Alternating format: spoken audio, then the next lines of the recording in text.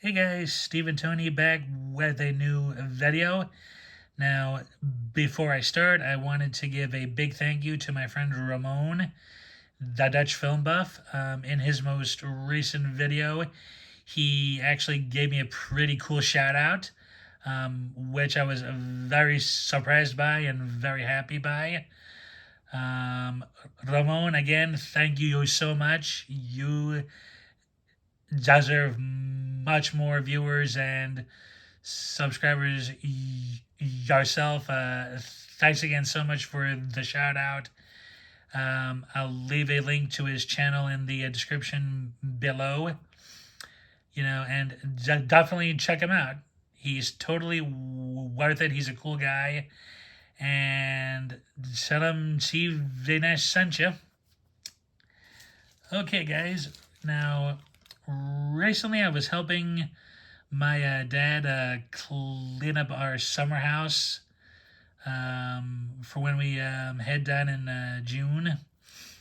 And it actually gave me some inspiration while I was working for a either long-term series of videos or a mini type series for films in my collection that I think are underrated and or overlooked, and ones I really think should get second chances and viewings.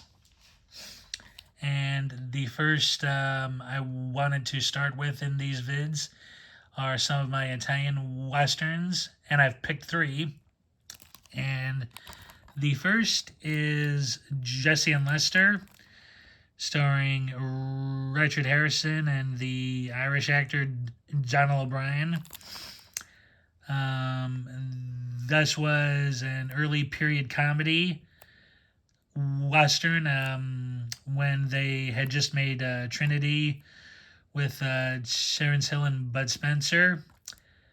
The producer of that film, Italo Zingarelli, was actually Richard Harrison's agent and had been for nearly, I think, 12 years at that time. And Harrison liked the idea of a lighthearted comedy style. So he co-authored a script, and the result was the Jesse and Lester film. Now, this isn't the same type of comedy that Spencer and Hill did.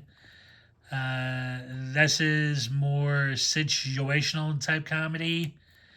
It's basically about these two half brothers, Jesse and Lester, who have found out that they have inherited a gold strike from either their mother or one of their mom's brothers. And while they go to make the claim, they basically get into all of these situations and are even trying to steal the letter of claim from the other for himself. Harrison's brother Jesse, he wants to open a brothel and casino, while Lester, played by O'Brien, who's a devout Mormon in the film, he wants to start his own church.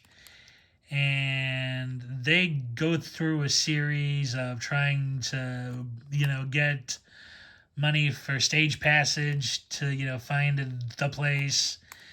They're nearly robbed a few times.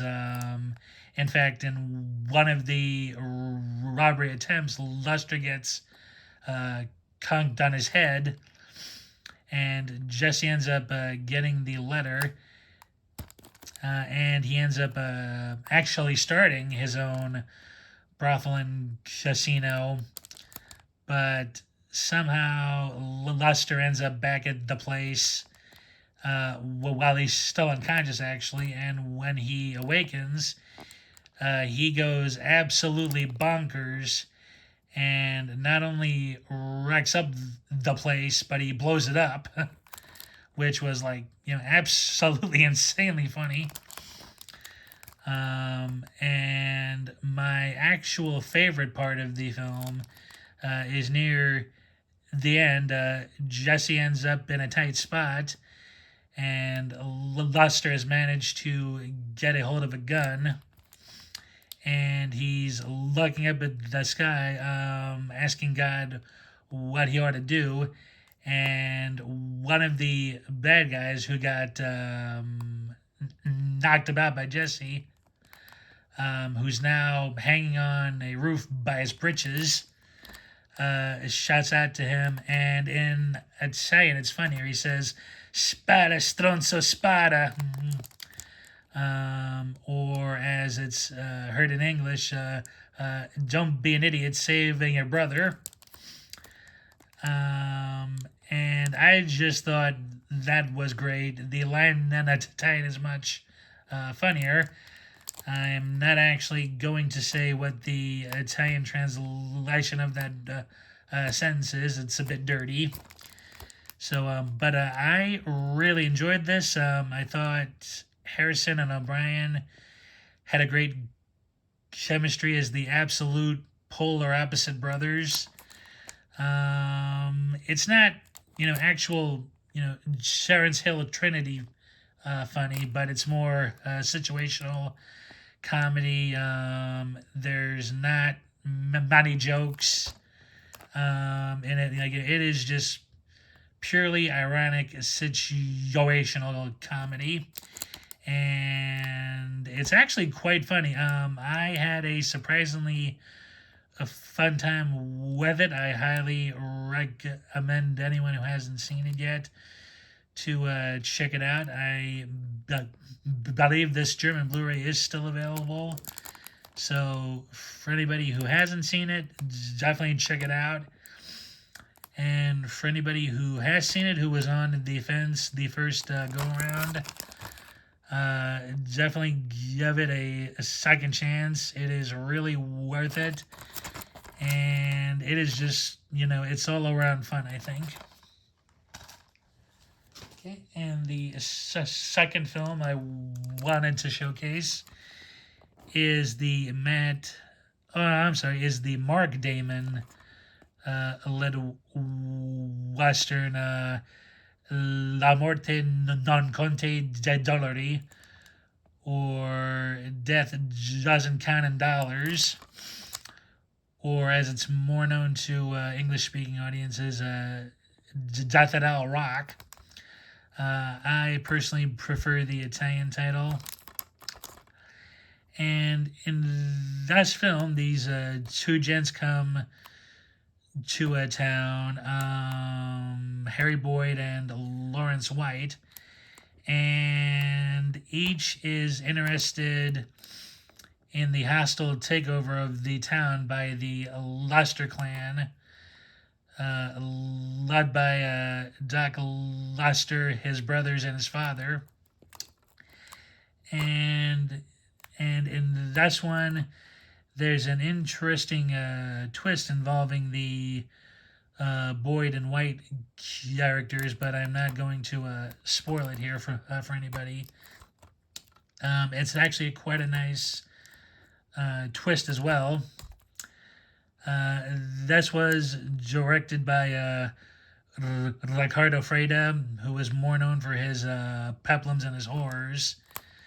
But he actually did a really good job in his sole outing in the Western genre. I know some folks complained it was a bit too American in its storytelling and style approach, but I had a very good time with it. I thought Mark Damon was really good playing a Juliana Gemma type character, and the Canadian actor Stephen Forsyth actually did very well as the quiet and mysterious Lawrence White.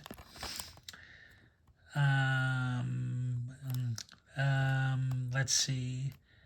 What else is there about this? Oh yeah, it's still fun. It's got all the action stuff that we all expect and love out of the Italian style westerns.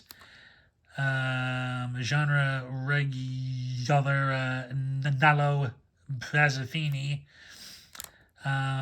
is great as the head bad guy Doc Lester.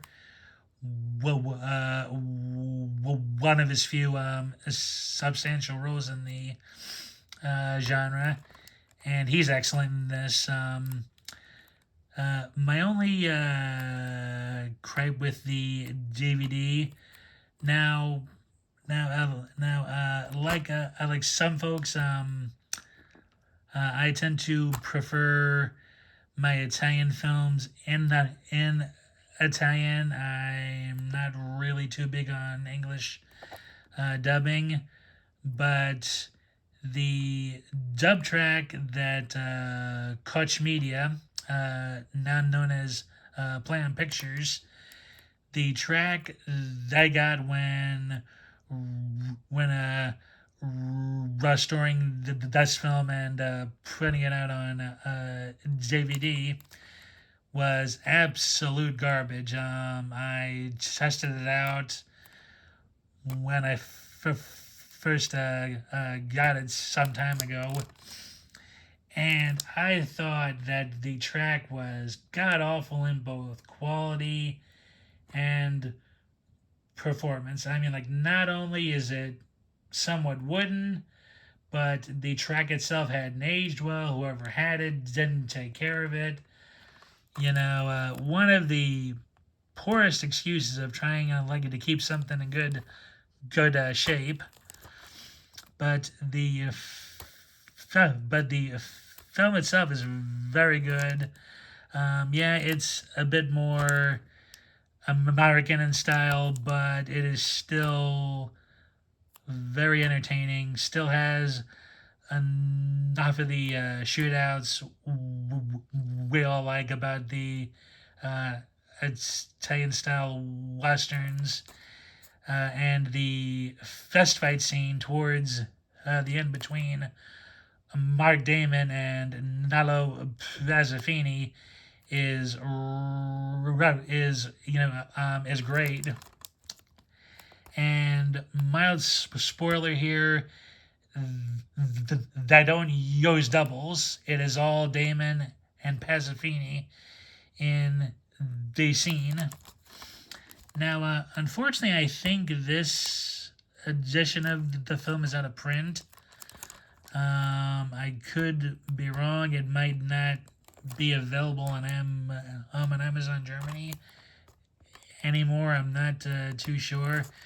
But if you can find a copy of this, definitely check it out. It is worth the money. It is worth your viewing pleasure to time. It is just it's fun. It's really fun. Okay, and the final film I wanted to discuss is in this box set here. It is this film at the bottom of it. Pegasus II, Prega e Mori, which translates into Pegasus here, Pray and Die. And it is also known as Pegasus Cleans Up, and it is the sequel to My Name is Pecos, aka Two Ounces of Lead. A lot of people I've heard weren't too crazy for the sequel because it played out more like a treasure hunting adventure. But I actually was not bothered by that one iota. I still thought it was entertaining. I still thought it had plenty of the genre's typical action tropes. I know some folks were a bit disappointed that star Robert Woods sort of gave up his edginess for the part. But my feeling has always been is that he excised those demons in the first film and now he's just roaming around having all sorts of adventures. And I actually really enjoy a good treasure hunt film. It's not, too adventure-y. I mean, it still has enough Western qualities to still keep it in that genre, but it's still, cool. I again had fun with this one. I liked that the treasure was associated to the early native tribes. I can't remember. I can't seem to recall now if the tribe were the Incans or Aztecs. I know it was either. I know it was either of those two. I'm pretty sure it wasn't the Mayans, but I did like that it kept to any of those ancient peoples, because it still has roots in the amount.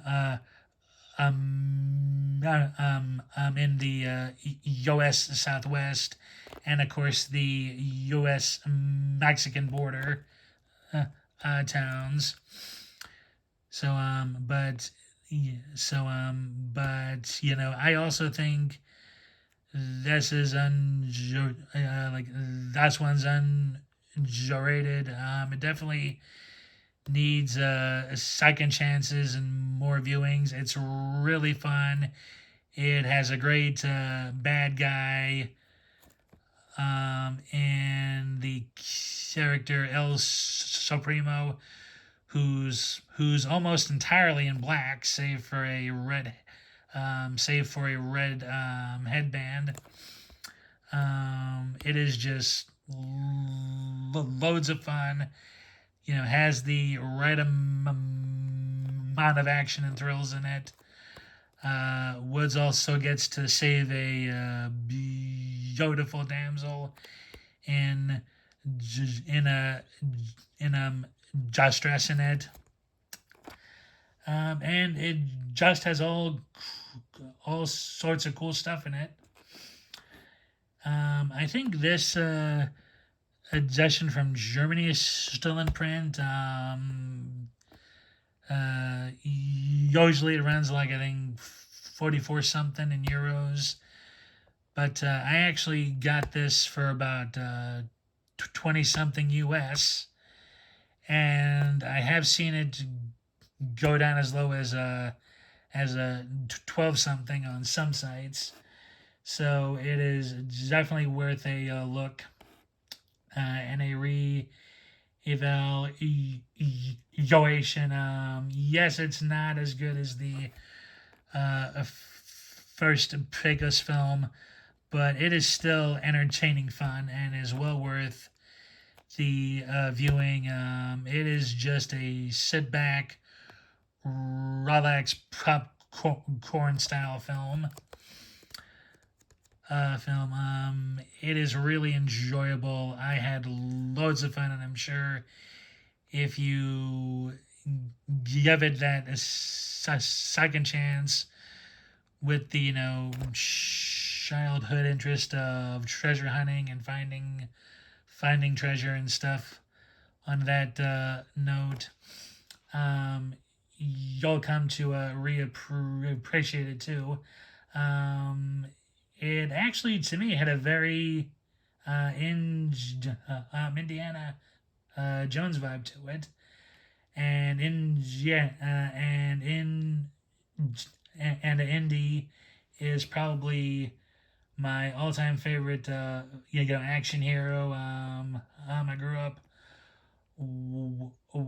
watching that series of films almost religiously as a kid, and I think it's actually why I enjoyed it a whole lot, because of the ties to Indiana Jones.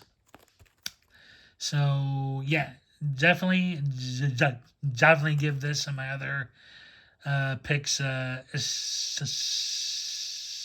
second chances. You won't regret them. And that, for the time being, is it. I hope you all enjoyed this brief video. I didn't want to make it too long. I don't like to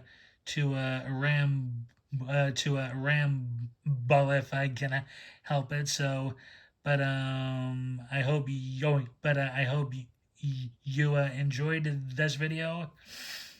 And if you like this idea for a series, please give it a thumbs up and leave any comments you'd like to below. And just let I know if it's something that could go on forever or works better as a many type series. Because I actually don't know how many in my collection I have that would cater to this sort of series. But again, let I know. Again, thanks for watching, and I'll see you in the next video. Bye.